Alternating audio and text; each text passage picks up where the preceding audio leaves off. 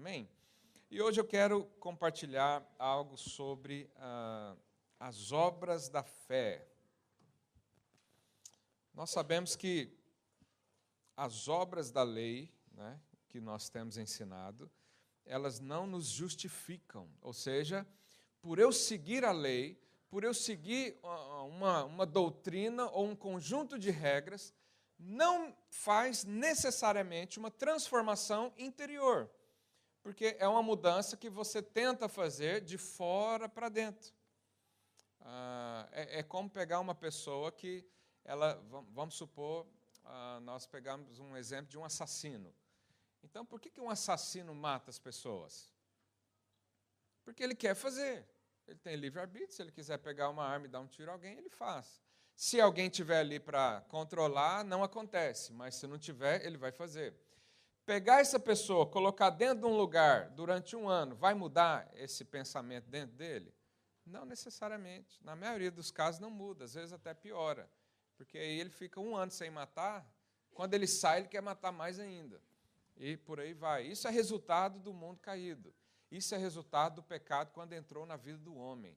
E eu digo para você, se não for o Evangelho, se não for o poder de Deus, ninguém poderia deixar de ser assassino por si mesmo. Muito difícil, porque isso faz parte do pecado. E o pecado veio para roubar, matar e destruir. E qualquer um de nós, se entrar pelo caminho do pecado, terá também essas consequências. Então, nós cremos que há duas formas de você ser abençoado, segundo a Bíblia. A primeira forma é quando você guarda todos os mandamentos de Deus. Então, lá em Deuteronômio, há uma promessa de Deus para aqueles que guardam todos os mandamentos. Então, se você guardar todos os mandamentos de Deus, aí Deus vai olhar para você e vai falar, esse cara é muito bom. Essa pessoa é uma boa pessoa, porque guardou as leis, não tem pecado algum, não tem erro algum, não tem variação nenhuma. Então, ela pode, então, ser abençoada, porque é considerada justo. Essa é a primeira forma. Agora, eu falo para você, a Bíblia diz que Deus procurou na terra um justo, não achou ninguém. Será que é possível encontrar alguém que é justo a tal ponto de nunca errar, segundo a lei de Deus? Não. Aí você fala, mas pastor, mas pelo menos um errinho, tem 10 mandamentos, pelo menos um. Mas eu sou bom, eu cumpro 7. Tem gente que cumpre só 2, eu cumpro 7. Então, eu sou bom. Isso nós chamamos de justiça humana, justiça natural. Você acha que é justo por você mesmo. E aí você fala, pastor, mas se eu obedecer... evidente que os 10 mandamentos é um resumo de 613 que tem das leis judaicas. Se dos 613 eu obedecer 600, eu me torno bom? Não. A Bíblia fala na Nova Aliança que quem quebra um mandamento, quebra todos. Não há como ser bom seguindo as leis. Não há como ser bom por mim e por você mesmo. Não há como ser bom nesse corpo caído, nessa carne. Quantos irmãos já se convenceram disso? Ou já entenderam, tiveram revelação disso? Ok. Então, essa primeira forma nós já descartamos, porque eu e você talvez não enquadraríamos nisso, de ser abençoado por merecimento. Ou seja, eu fiz, eu mereço. Senhor, eu fiz 21 dias de jejum, eu mereço a prosperidade. Ô Senhor, eu dou o dízimo todo ano, nunca falhei nenhum dia, eu mereço ser próspero, eu mereço ser abençoado. Mas não é assim que Deus enxerga. Porque às vezes você falhou um, falhou todos. E qual que é a outra forma, então? É a outra boa notícia que eu quero dar para você esse dia. Talvez você não tenha acompanhado as nossas ministrações, mas alguém se tornou justo no meu e no seu lugar. E por ele se tornar justo, a consequência de ser abençoado, ele me deu, ele deu para você. Por que ele deu? Por que Jesus nos deu isso? Simplesmente porque Ele nos amou. Só por isso. Pastor, mas eu não tenho crédito nenhum. Nenhum. Ainda bem, porque se Deus fosse ser justo, Ele vai julgar a vida inteira e aí nós estamos feitos, né? Para não dizer outra coisa. Então, quando a Bíblia diz que Jesus é perfeito, ele foi o único que cumpriu as condições da lei todas. E por cumprir as condições da lei, ele então recebeu um carimbo, aprovado. Aí ele pegou esse carimbo, tirou e carimbou você. Então, quando Deus olha para mim e para você hoje, ele enxerga quem? Cristo. Ele não vê a nossa obra, ele não vê o nosso pecado, ele enxerga a obra de Cristo. Isso nós chamamos de justificação pela fé. Justificação é ser considerado justo, é ser considerado santo pela fé. Há um equívoco no meio cristão de que a vida piedosa, a vida santa, a vida justa é um caminho de longos anos. De longos anos. E isso está na minha cabeça e está na sua. Vou dar um exemplo para você. Você pega uma pessoa que se converteu há 40 anos atrás. Vamos pegar um exemplo de um pastor. 40 anos atrás se converteu. Ou você pega um irmãozinho que converteu semana passada. Quem que você acha que é mais santo? Hã? Se você falou igual é porque você já teve a revelação da graça. Mas a tendência nossa é achar que a pessoa que tem mais tempo, mais caminhada, ela é mais justa, ela é mais santa. Por quê? Ela faz menos coisa errada. Olha para você ver como o merecimento ainda está na nossa cabeça. Está só na minha, alguém compartilha esse sentimento aqui comigo. Às vezes eu acho que eu estou sozinho nisso, mas não, tem pelo menos uns 2 ou 3 ali que pensam assim também. Isso é reconhecer a justiça humana. Sendo que o início da vida cristã, no dia que você recebe a Cristo, ele já fala, você é santo, você é justo, se veja como tal, ande como tal. Ah, mas eu caí, não tem problema, levanta e continua. Ah, mas eu pequei, ok, já está perdoado, levanta e continua. Ah, mas eu sou cheio de pecado, então para de olhar para isso e olha para Cristo, autor e consumador da fé. Você é justo porque Ele fez justiça em você, não é por você mesmo. Você é justo porque o próprio Deus mora em você. E não tem como Deus morar num lugar que não seja justiça. Não tem como Deus estar num lugar que não seja santo, porque Ele é santo. Então, quando Ele entra em nossa vida, nos torna santo. Fala aí para o seu vizinho, desde quando você se converteu, você já foi considerado santo. Você já foi declarado justo.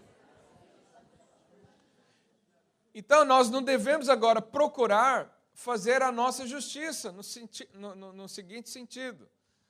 Então, uma vez eu ouvi dizer, eu não estudei a fundo sobre isso, mas uma pessoa disse que para formar o caráter de Cristo numa pessoa, com muito esforço, muita dedicação, muito estudo, muita aplicação da Bíblia,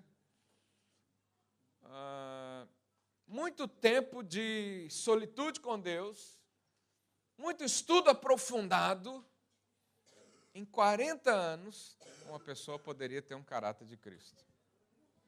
40 anos. Eu pergunto para você, esses 40 anos são de obras naturais ou é algo de Deus? Natural. Eu vou fazer, eu vou ler, eu vou estudar, eu vou pesquisar, eu vou atrás. 40 anos. Aí depois de 40 anos, aí você põe um carimbinho assim, pronto, parecido com Jesus. Parecido, porque sem pecado não tem jeito. E eu digo para você, Deus mesmo, quando nós iniciamos a nossa vida com Ele, Ele já nos diz que nós somos como Cristo. Eu não preciso ficar 40 anos investindo nessa carne aqui, nesse intelecto aqui, nesse conhecimento aqui, nesses sentimentos aqui, para ser como Cristo. Eu só preciso crer que Deus me fez assim, quando Cristo entrou em mim. E aí a consequência é de que a cada dia eu me pareço mais com Cristo. Ah, pastor, quanto tempo demoraria então pela fé? Não sei, depende da sua fé. Na verdade, você não deve pensar todo dia que você tem que ser como Cristo. Você tem que pensar que Ele já mora em você. E aí nós temos, então, o difícil entendimento de separar as obras da fé e as obras da lei. E eu quero trazer aqui, isso também foi uma dúvida que me colocaram essa semana, sobre o que o apóstolo Tiago diz sobre a justificação pelas obras e o que o apóstolo Paulo fala sobre a justificação pela fé. Então eu quero exemplificar isso falando sobre o batismo. Nós temos duas convicções sobre a salvação em relação ao batismo. Primeiro nós não cremos que o batismo é um meio de salvação. As pessoas não são salvas pelo batismo nas águas, ainda que quando ela se converte, o normal é que ela desça as águas. Mas se descer as águas fosse o caminho e o meio de se obter a salvação, seria uma obra humana, uma obra natural. Ok? Pegar uma pessoa, colocar na água e tirar. Isso é o que nós cremos. Mas, por outro lado também, alguém que se diz cristão e alguém que se diz que teve um encontro com Deus e não quer se batizar, essa fé me parece duvidosa. Um outro exemplo para ficar mais claro ainda. Vamos pegar um exemplo de um casal. Deixa eu ver se tem um casal aqui. Vem cá, Fábio e Ingrid. O Fábio e a Ingrid vão se casar, ok? Aí eles chegam aqui à frente, fica aqui na frente. Aí faz a cerimônia toda e chega a hora dos votos. Aí ele fala um monte de coisa bonita, eu te amarei, te servirei por toda a minha vida. Até parece que vai ser, né? O casamento não é eterno, não, ele acaba quando a gente morre. E aí, os irmãos ali estão a ver, né? E aí, na hora de trocar as alianças, o Fábio fala assim, quer ver? Tira a aliança dela aí. Dá para ele. Aí o pastor vai fazer o casamento, fala, não, agora é a hora de pôr aliança. Aí na hora de pôr aliança, o Fábio fala assim, não, mas não quero pôr aliança, não. Aí fala, mas por quê? Já viu a reação, né? Como assim não quer pôr aliança? Aí o Fábio vira e fala assim, não, pastor, é o seguinte, eu quero casar, mas não é algo assim tão sério. Aí acaba tudo mesmo ali naquela hora. Ou vamos supor que ele diz assim, não, pastor, eu não estou muito preparado para isso. Eu falo, mas então por que você está aqui? Por que você fez isso aqui tudo? Aí ele fala assim, não, mas se eu usar aliança, todo mundo vai ver que eu sou casado. Então é melhor não. Cada motivo vai piorando, né? Põe logo essa aliança no dedo dela. Isso aqui é um exemplo de batismo. Por quê? A aliança não é um casamento.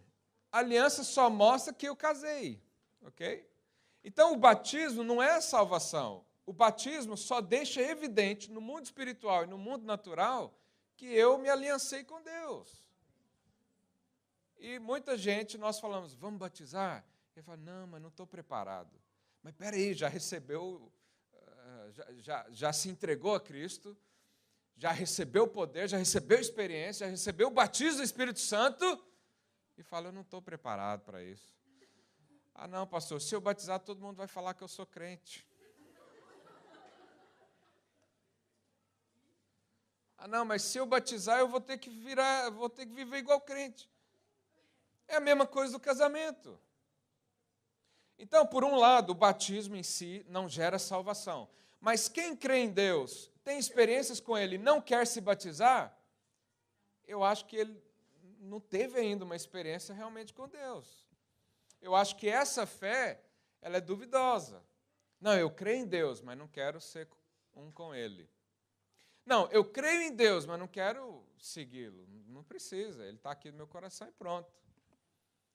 Isso são obras que nós vemos que geram uma dúvida na fé. Então, deixa eu ler aqui o que Paulo fala sobre a justificação pela fé. Gálatas 2,16, creio que você vai conseguir acompanhar aí, diz: sabendo, contudo, que o homem não é justificado por obras da lei, diga assim, não é justificado por obras da lei, e sim mediante a fé em Cristo Jesus. Pode parar. Também temos crido em Cristo Jesus para que fôssemos justificados pela fé em Cristo, e não por obras da lei, pois por obras da lei ninguém será justificado. Então o que Paulo disse aí? Ninguém se torna santo seguindo a lei. Ninguém se torna santo pela obediência. Tem que ser pela fé. E aí lá em Romanos 3, 28, no mesmo raciocínio dele, ele diz: concluímos, pois, que o homem é justificado pela fé, independentemente das obras da lei. Então, uma pessoa ela pode cair em todas as leis, mas se ela crê que Jesus o justifica, ela será justificada. Porque é independente das obras. Independente das obras. E aí vamos ler o que o Tiago diz na sua carta, capítulo 2, a partir do verso 14. Meus irmãos, qual é o proveito se alguém disser que tem fé, mas não tiver obras? Pode acaso semelhante fé salvá-lo? Se um irmão ou uma irmã estiverem carecidos de roupa e necessitados do alimento cotidiano, e qualquer que dentre vós disser, ide em paz, aquecei-vos, fartai-vos, sem contudo lhe dar o necessário para o corpo, qual é o proveito disso?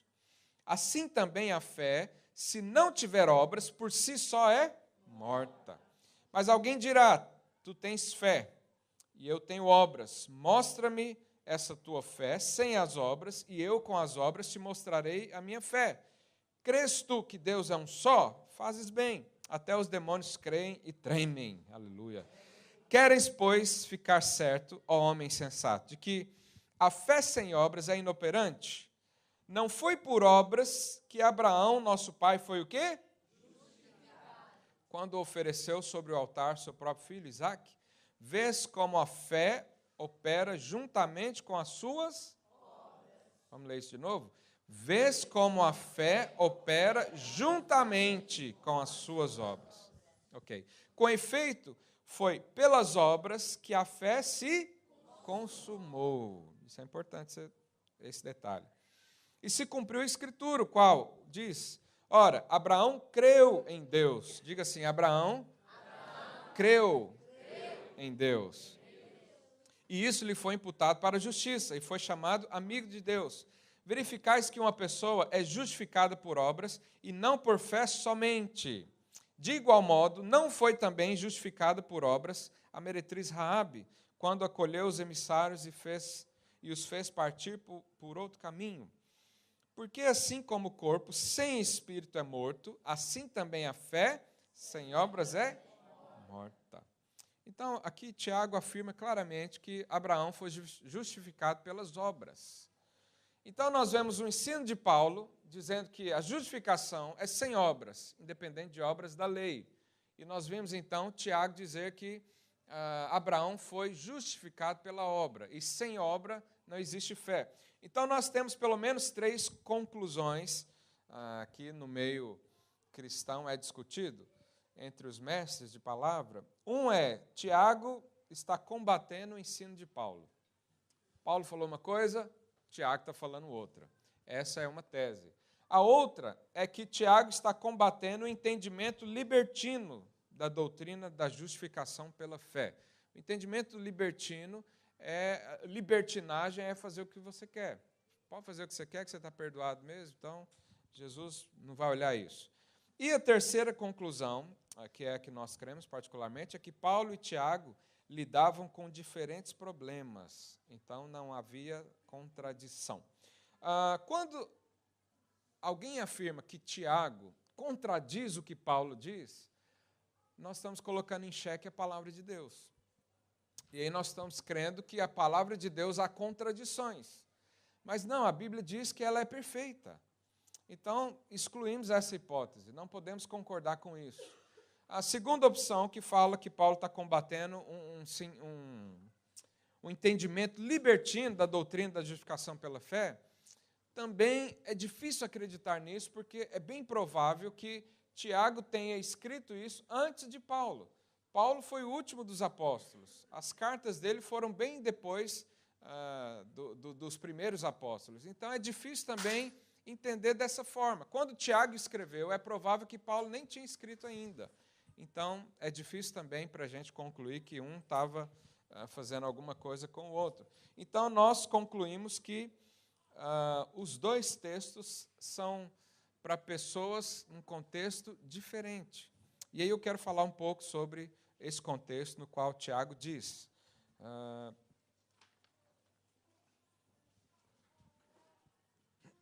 Então, o problema que Paulo enfrentava quando ele escreveu isso aos Gálatas era que as pessoas se diziam salvas pelas obras. Então, elas se diziam, eu cumpro as leis, eu cumpro todas as ordens de Deus, então eu sou salvo, eu mereço o céu, eu sou uma boa pessoa. E Paulo diz o quê? Toda obra da lei não justifica. Ninguém será salvo por obras da lei. Porque pensa comigo, se alguém poderia ser salvo por obras da lei, a morte de Jesus na cruz teria sido em vão. Por que Jesus morreu na cruz, então, se eu e você podemos ser santos por nós mesmos?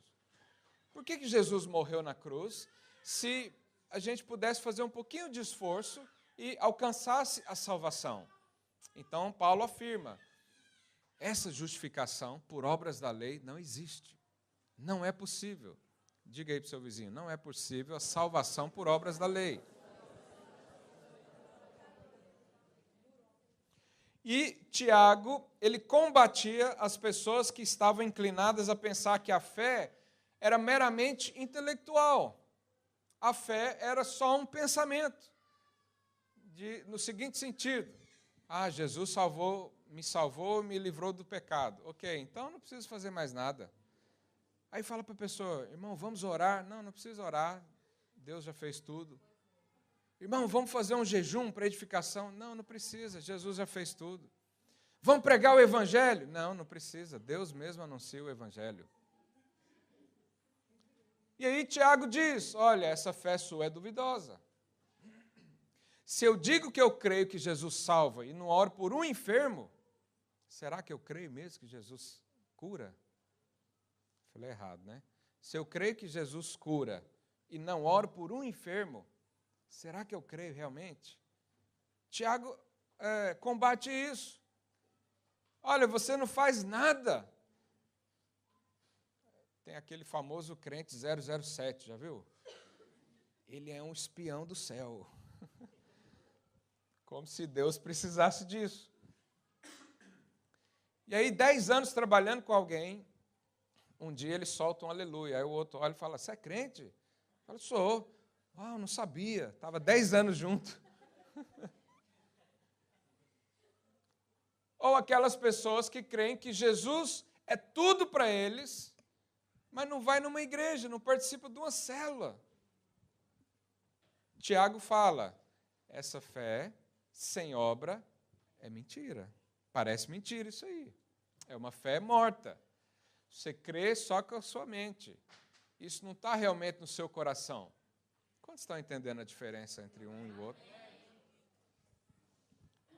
Então, por isso ele diz que a fé sem obras é como se você não tivesse fé.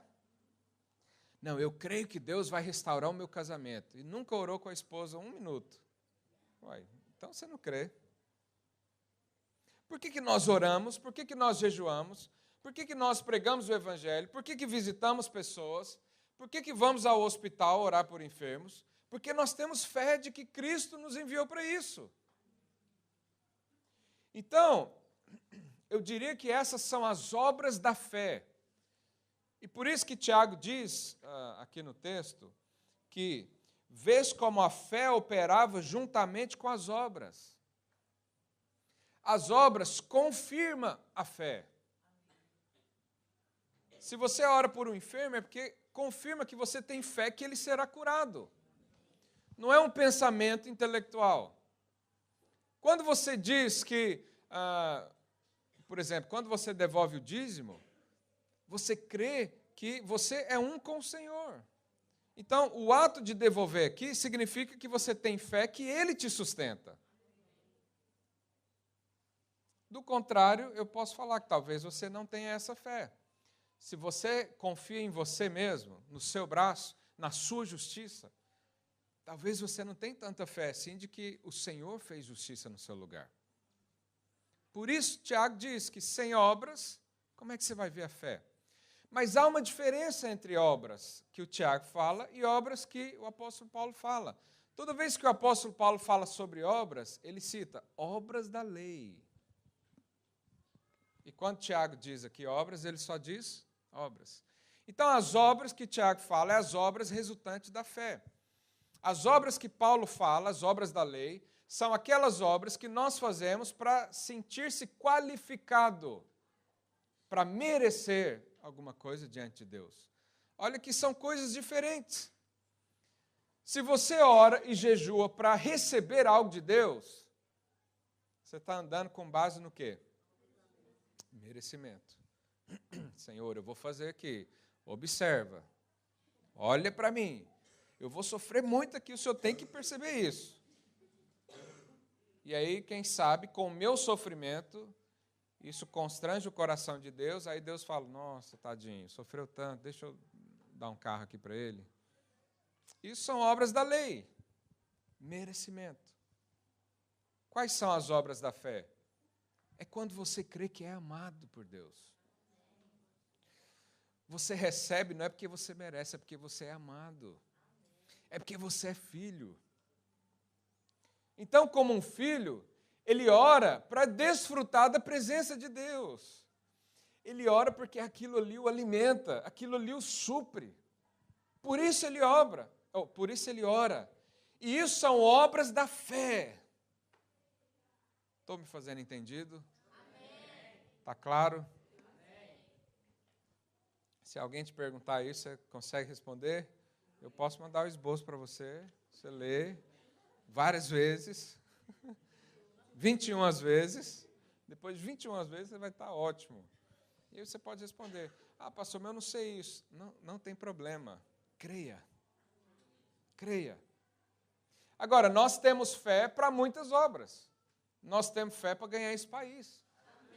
Como é que nós vamos ganhar esse país? Sentado lá no sofá, orando? Não. Pregando o evangelho, visitando pessoas, abrindo célula em todos os lugares, testemunhando sobre Cristo, falando das suas experiências. Isso tudo são obras, mas são obras da fé. Não é obras para ganhar alguma coisa, nós já ganhamos tudo. Eu e você não precisamos fazer mais nada para ganhar a Deus, nós já ganhamos Ele. Aliás, Ele está dentro de nós. Eu não preciso fazer um jejum para ficar mais poderoso. Por quê? Eu já sou porque eu tenho Cristo dentro de mim. E nesses dias eu estava a meditar sobre isso. E quando nós falamos de largar a justiça própria, há pessoas que levam para um outro lado, que é o que Tiago combate, que vai para o lado da autopiedade, no seguinte sentido. Nós falamos, olha, nós não merecemos nada. Aí a pessoa pega isso, internaliza isso e fica, ó céus, ó terra, eu não mereço nada. Ó vida. Não é isso. Não é isso. Olha o que o apóstolo Paulo diz, Romanos 7, 18. Romanos 7, 18, olha lá. Porque eu sei que em mim, isso é, na minha carne, diga assim, na minha carne, não habita bem nenhum. Diga aí para o seu vizinho, a sua carne não pode produzir nada bom.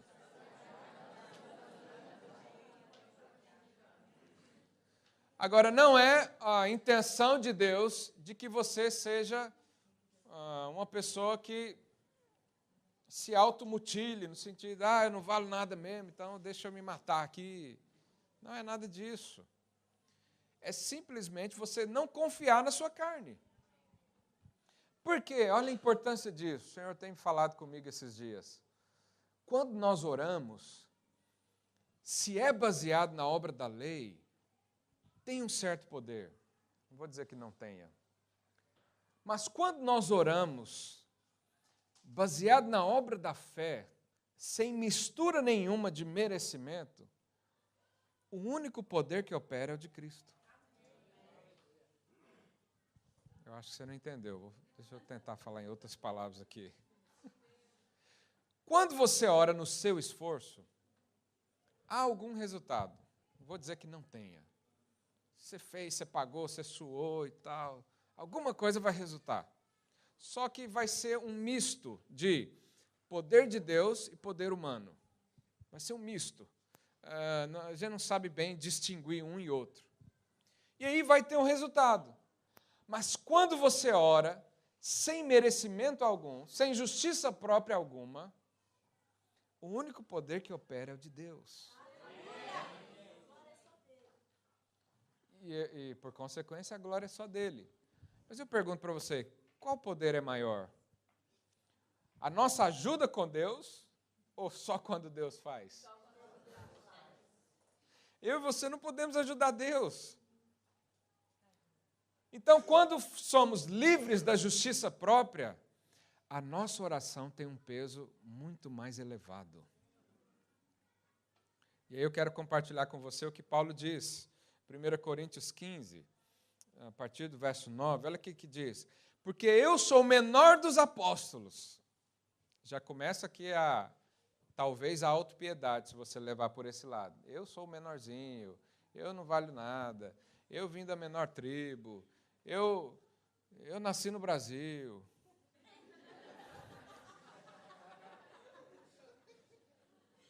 Tadinho de mim. Isso é um lado. O outro lado são as pessoas que nunca disseram isso na vida. São aquelas que sempre se acham superiores aos outros. Jamais pensou que ele é o menor dos líderes de célula. Ou eu sou o menor da minha família. Tem gente que nunca pensou isso. Ele acha que ele é o melhor. Ele acha que ele é o top. As duas extremidades, o cara que se acha top e o cara que se acha que é o... Desculpa a expressão, mas o verme do cocô do cachorro que o bandido pisou. As duas extremidades é justiça própria. É você olhando para você. Alguma vez você já disse isso? Eu sou o menor dos irmãos aqui, mas com humildade. Os irmãos são melhores do que eu. Mas não é porque eu estou me automutilando. Não, é reconhecendo que as pessoas que estão à sua volta, Deus colocou para te ajudar, e em várias áreas da vida, elas são melhores que você. Elas são um pouco mais maduras, têm um pouco mais de conhecimento. Então, vamos continuar aqui. Porque eu sou o menor dos apóstolos, que mesmo não sou digno de ser chamado apóstolo, pois persegui a igreja de Deus. Isso aqui é um bom argumento para a justiça própria. Olha, eu não posso ser usado por Deus. Eu já pequei tanto nessa vida, pastor. Como é que eu vou ser um líder de célula? Como é que eu vou pregar o evangelho? Minha família sabe que eu fiz tudo de mal.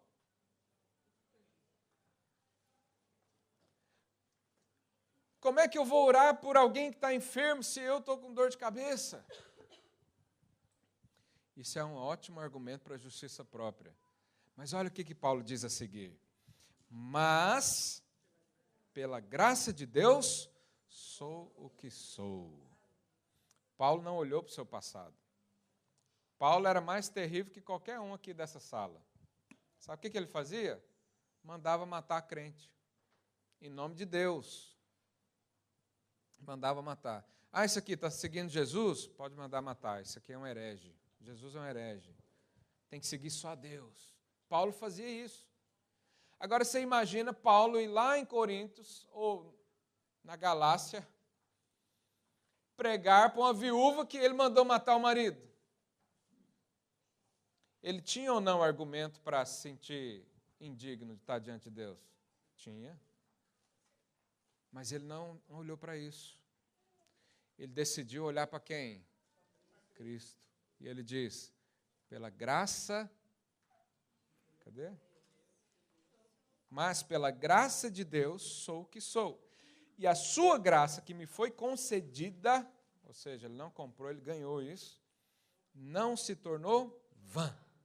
Antes, trabalhei muito mais do que todos eles, ele diz aqui dos apóstolos. Todavia não eu, mas a graça de Deus comigo. Paulo não diz assim, olha, eu esforcei muito, eu preguei em muitas igrejas, eu fiz muito jejum, Paulo já descreve, né, o que aconteceu com ele, as chibatadas que ele já tomou, quantas vezes ele já foi preso, já foi, enfim, tudo isso. Ele não diz, ele não põe merecimento em nada do que ele fez. E olha que alguns domingos nós lemos aqui todos os critérios de Paulo. Talvez ninguém aqui chegava nem aos pés na questão de conhecimento ou na questão de posição. Paulo era o cara. E mesmo assim ele diz, eu sou o menor de todos, mas quem trabalhou não fui eu. Não foram as prisões que me deram glória. Não foram as chibatadas e me tornar alguém perseguido por Cristo que me deu poder. Não foi os jejuns que eu fiz várias vezes. Não foi as viagens longas, cansativas, que fizeram de mim alguma coisa. Foi simplesmente a graça de Deus. Foi simplesmente a graça de Deus. E ele diz que fez mais do que os outros. Talvez os outros se apoiassem nisso. Eu estive com Cristo. Eu conheci tudo. Eu sei fazer. Então eu vou lá e faço. Paulo não disse isso. Ele só diz, todavia, não eu, mas a graça de Deus comigo. E sabe o que isso torna em nós? Poderosos. Mas não é pelas nossas obras. É pela fé. E aí, quando nós entendemos isso, alguns versículos aqui fazem mais sentido. Deixa eu ler um para você. Filipenses 4,13. O que diz aí? Quando a sua justiça está em Cristo, você pode dizer isso aí com propriedade. Tudo posso. Por quê? Porque eu jejuo, porque eu leio a Bíblia todos os dias, porque eu oro 1 hora. Você não ora 1 hora, não? Não, então você não pode tudo, não. Você não jejuou, não? Alguém aqui quebrou o jejum alguma vez, nesses 21 dias? Não precisa responder, calma. Não vim aqui te acusar, vim te trazer palavra de vida. Tudo posso naquele que me fortalece, tudo posso em Cristo. Tudo posso quando a minha confiança é só nele. Tudo eu posso quando ele faz algo em mim. Tudo posso quando eu não confio na força do meu braço. Tudo posso em Cristo que me fortalece. Deixa eu ler um outro verso também. Marcos 9, 22. É aqui um pai pedindo ajuda a Cristo. E ele diz, e muitas vezes o tem lançado no fogo e na água. Aqui fala sobre o filho. O filho dele estava ali num contexto, não é? Endemoniado, e esse homem veio até Cristo. E ele diz, e muitas vezes o tem lançado no fogo e na água para o matar. Mas, se tu podes alguma coisa, tem compaixão de nós e ajuda-nos. Ao que respondeu Jesus,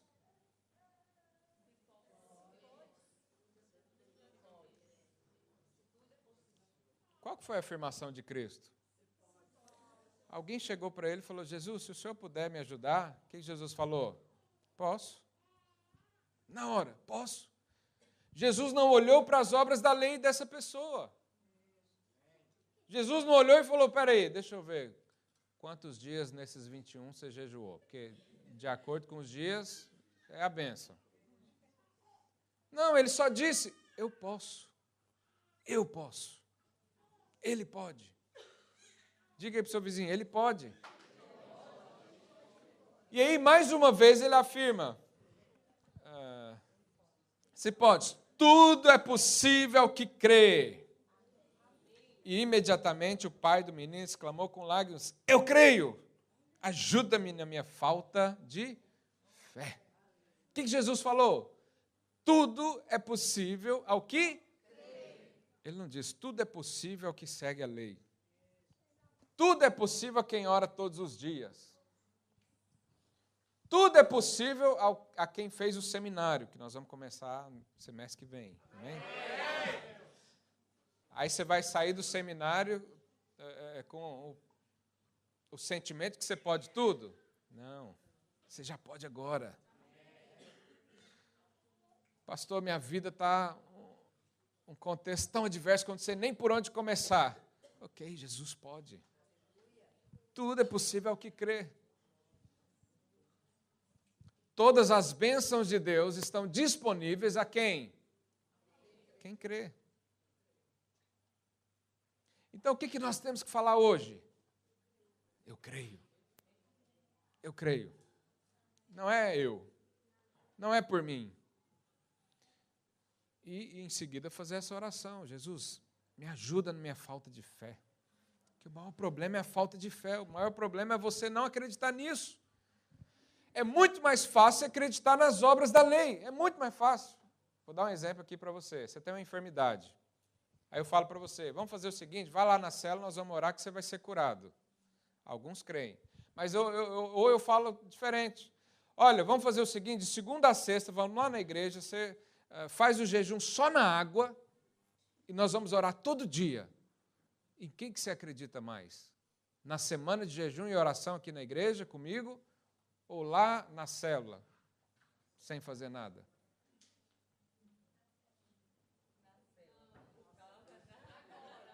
Os irmãos estão, amém, aleluia, na célula. É lógico, por quê? Não é minha obra. É a obra de Cristo, é a fé. Como eu oro para que milagres aconteçam nas células.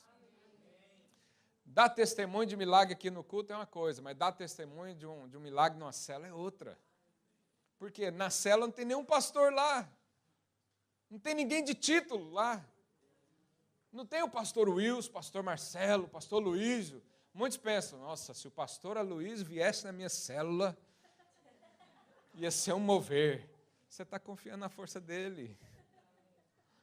Olha para Cristo. Cristo já está com você. Tudo posso naquele que me fortalece. Tudo é possível ao que crê. O que nós precisamos fazer hoje aqui nesse lugar? Crer. Hebreus 11:6 diz, de fato, sem fé é impossível agradar a Deus. Porquanto é necessário que aquele que se aproxima de Deus creia que Ele existir aí no original vem do verbo ser. Então é como se fosse, creia que Ele é. Creia que Deus é. É o quê? Tudo. Deus é o quê na sua vida? Tudo. E aí lá em Romanos 8 diz, que diremos, pois, à vista dessas coisas? Se Deus é por nós, será que tem alguma coisa que vai ser contra? Se Deus é comigo, se Deus é comigo, se Deus é no meu casamento, se Deus é na minha empresa, se Deus é na minha família, se Deus é na minha vida, que poder isso tem? E o Senhor tem me falado, olha, quanto mais vocês entenderem sobre justiça própria e mais tirar isso da sua vida, mais as obras da fé serão poderosas. Eu quero viver isso. Não sei se você deseja isso, mas eu desejo demais isso. Eu desejo que, hoje mesmo de manhã eu estava orando ali, ao tomar banho, falando, Deus, não deixe eu confiar na minha pregação, não. Não deixe eu confiar no meu esboço, na minha dedicação ao estudo da Bíblia. Não deixe eu confiar nisso, não. Aumenta a minha fé. Eu preciso crer que é o Senhor, não é eu, é o Senhor. Você, líder de célula, tem que fazer a mesma coisa. Deus, não deixa eu confiar em mim. Porque todas as vezes que nós olhamos para nós, inevitavelmente nós vamos cair. inevitavelmente um dia você não vai estar bem. E se a sua confiança é a sua obra na força do seu braço, coisas deixam de acontecer.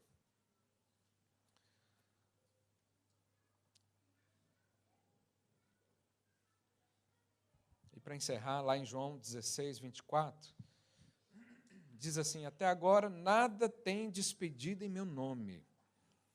Pedi e recebereis, para que a vossa alegria seja completa. Eu tenho orado muito para que os irmãos sejam felizes. Como eu vejo gente que não é feliz. Não é triste, depressivo, não, mas também não é feliz. Por que não é feliz? Isso aqui é um dos motivos, ó. Não pede as coisas a Deus. Vou te contar um segredo de Deus. Vou fingir que ele não está ouvindo agora. Ele ama quando você pede alguma coisa para Ele. Sabe por quê? Porque Ele gosta de dar. Ele gosta de abençoar você. Ao contrário do que muitos pensam e até ensinam, Deus não tem provações para nós o tempo inteiro. Deus não precisa nos conhecer, Ele já nos conhece. E não tem uma alegria maior do que um pai quando dá algo para o filho e vê o filho sorrir. Não tem. Quem tem filhos naturais aqui? Se depender de você, dá presente todo dia, não é? Toda vez que eu vou no Continente ou no Pingo Doce, a sessão de brinquedos é quase na porta, né? E eu já fico pensando, João Pedro, Maria Clara, com aquele brinquedo. E a tendência é eu deixar de comprar o arroz para comprar o brinquedo. Porque é uma alegria minha dar aos meus filhos. Se eu sinto isso, imagina Deus. E aí o que ele diz? Até agora nada tem despedido em meu nome. O que é pedir em nome de Cristo? É usar a justiça dele. É usar a fé nele. É sem merecimento. Quando você faz algo em nome de Cristo, é sem merecimento. E quando você pede sem merecimento, Ele te dá para que a sua alegria seja completa. Na prática, você pode orar assim: Senhor, eu não mereço um carro novo, mas me dá um. É ou não é? Se você acha que você merece, você vai lá e compra. Agora, se você quer crer num Deus amoroso, faça isso. Meu Deus, eu nem mereço esse casamento aqui, porque eu sei de onde eu vim. Mas faz esse casamento ser o melhor do mundo. E o que você acha que Deus vai fazer? Fala aí para o seu vizinho: Deus vai fazer de tudo para ver você feliz. Deus faz de tudo para que a sua alegria seja completa. Só que você precisa pedir em nome dEle. Senhor, eu não mereço um emprego melhor, nem estudei para isso, mas eu quero, eu creio que o Senhor pode me dar. Senhor, nem sei administrar minha casa, mas eu quero uma empresa. O Senhor pode me dar.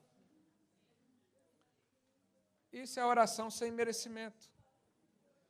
Você fala: pastor, mas eu não vou fazer isso com Deus. Por que você não vai fazer? No fundo é porque você acha que não merece. E eu estou aqui há 21 dias falando na sua cabeça para você largar isso. Para de olhar para você. E aí no mesmo capítulo, Jesus mesmo falando, verso 27, olha o que ele diz, para encerrar. Porque o próprio Pai vos ama, visto que me tendes amado e tendes crido que eu vim da parte de Deus.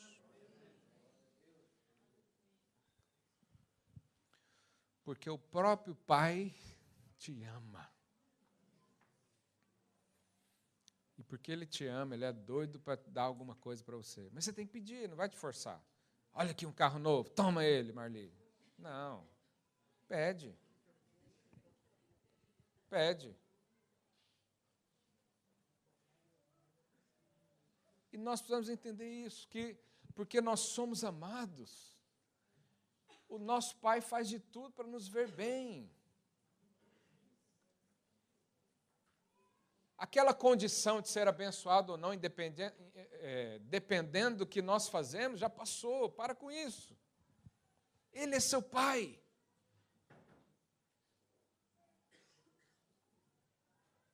Uma vez eu conversei com uma pessoa que estava numa oficina mecânica, eu levei meu carro lá. Eu disse para ele que eu era crente e tal, conversamos ali.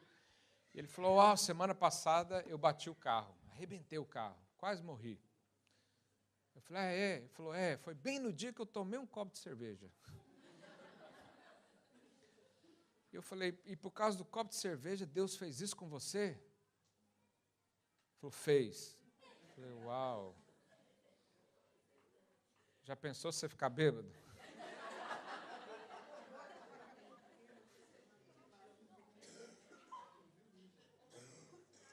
Aí eu digo para você, eu tenho um filho, ele deve estar aí dentro.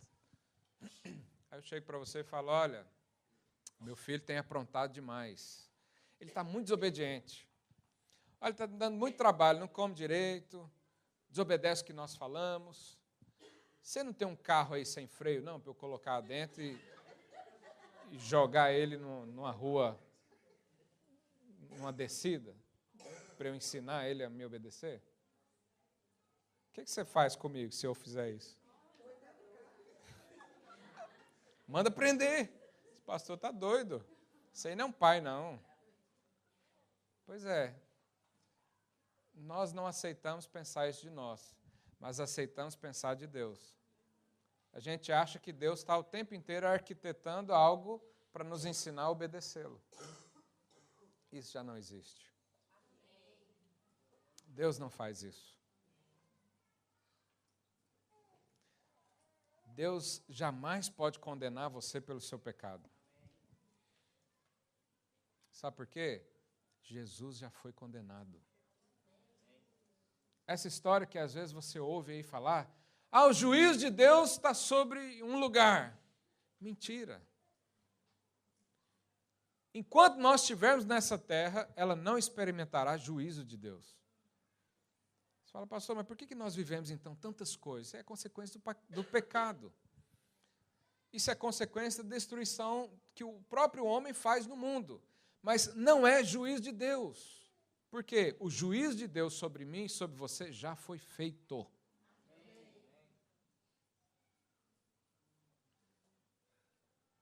Quando Deus foi destruir Sodoma e Gomorra, quem estava lá? Ló. Ló foi considerado justo. Depois a gente prega sobre isso. Mas ele foi considerado justo. E antes de Deus destruir a cidade, o que Deus fez? Enviou anjos para tirar Ló. E o anjo falou o que para Ló? Ló, sai dessa cidade, porque enquanto você estiver aí, eu não posso fazer nada. Enquanto eu e você estivermos nesse mundo, a ira de Deus não virá. Por isso nós temos que pregar o Evangelho. Por isso nós temos que anunciar isso. Por isso que nós temos que viver essa realidade. Vai chegar um dia que não há mais tempo. O dia que todos os filhos de Deus forem arrebatados, o juiz de Deus virá e destruirá toda a gente que estiver aqui. Mas eu já passei do meu tempo, né? Deixa eu encerrar. Eu gostaria que os irmãos do louvor subissem e o pessoal da ceia já distribuíssem isso rapidamente. Hoje é um dia atípico, então você me dá aí mais uns 10 minutos. Amém.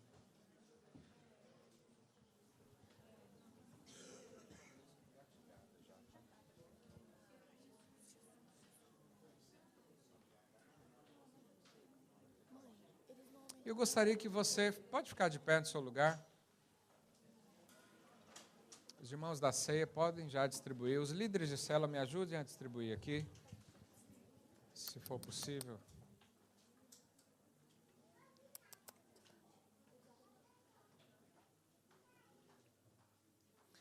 Sabe que nesses 21 dias de jejum, sobre a loucura do merecimento, o que precisa resultar na nossa vida é a fé em Cristo. Mais nada, é a fé em Cristo. Então nós ficamos 3 semanas a compartilhar por que nós devemos depositar a nossa fé só em Cristo, para anular a nossa justiça. Vamos cantar, porque enquanto entrega isso. Se você quiser orar no seu lugar, agradecer ao Senhor por isso.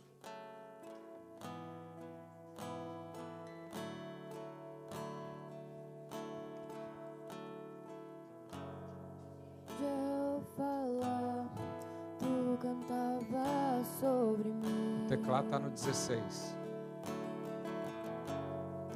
Tu tens sido tão, tão bom pra mim.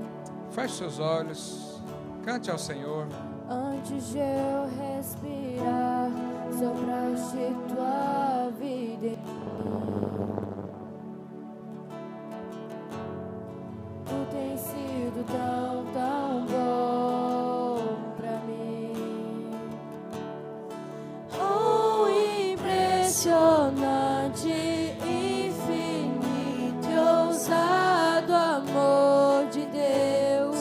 Não descansa quase 99, se uma se perdeu. Não posso comprá-lo, nem merecê-lo, mesmo assim se entregou. Oh, impressionante, infinito e ousado amor de Deus. Inimigo eu fui, mas teu amor lutou por mim. Se alguém não recebeu os elementos da ceia, erga sua mão. Tu tens sido tão, tão bom pra mim. Não tinha valor, mas tudo pagou por mim. Tu tens sido tão, tão bom pra mim. Oh, impressionante, infinito e ousado amor de Deus. Não descansa quase 99, se uma se perdeu. Não posso comprá-lo, nem merecê-lo, mesmo assim se entregou. Oh, impressionante, infinito e ousado amor de Deus.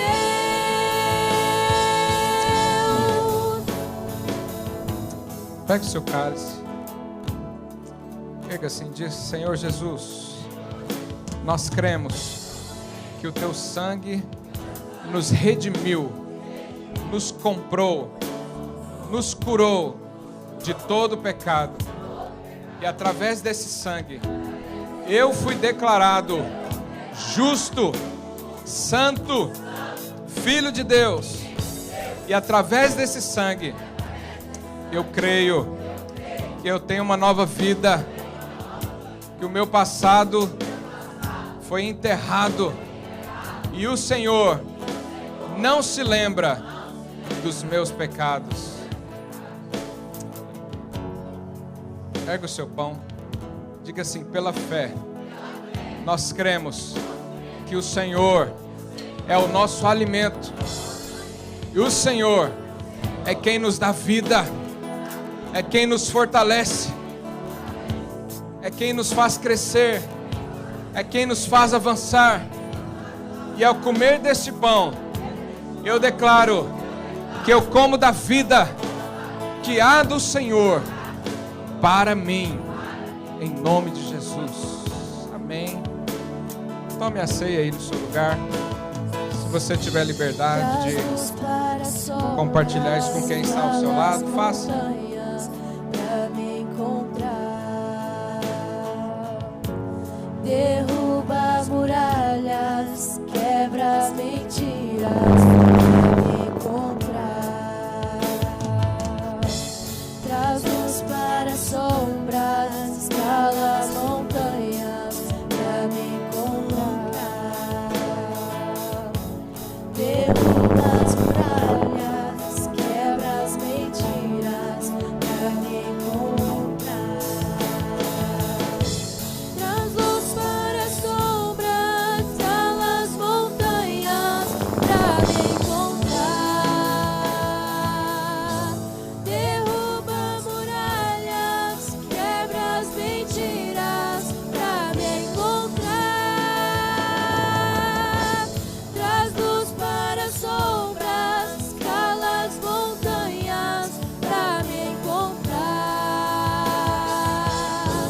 Derruba muralhas, quebra as mentiras pra me encontrar. Oh, impressionante, infinito e ousado amor de Deus. Não descansa com as 99, se uma se perdeu. Não posso encontrá-lo nem vencê-lo, mesmo assim se entregou. Oh, impressionante, infinito e ousado amor de Deus. Aleluia. Aleluia. Coloca aí para mim a projeção, por favor. Projeta para mim um versículo. Filipenses, capítulo 3, verso 8.